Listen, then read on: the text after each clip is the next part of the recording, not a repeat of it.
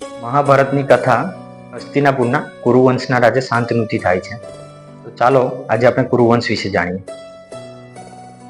કુરુવંશના રાજા શાંતનુ, જેમના પ્રથમ લગ્ન માં ગંગા સાથે થયા હતા. તેમના પુત્ર ભીષ્મ.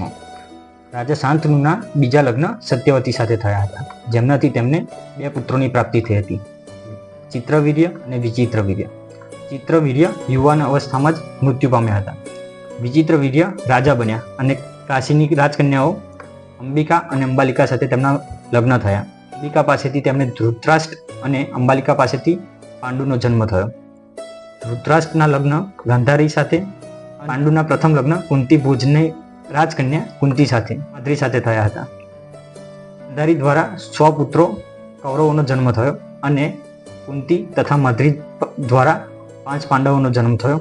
ત્યારબાદ 5 પાંડવો અને 100 કૌરવોથી મહાભારતની શરૂઆત થશે.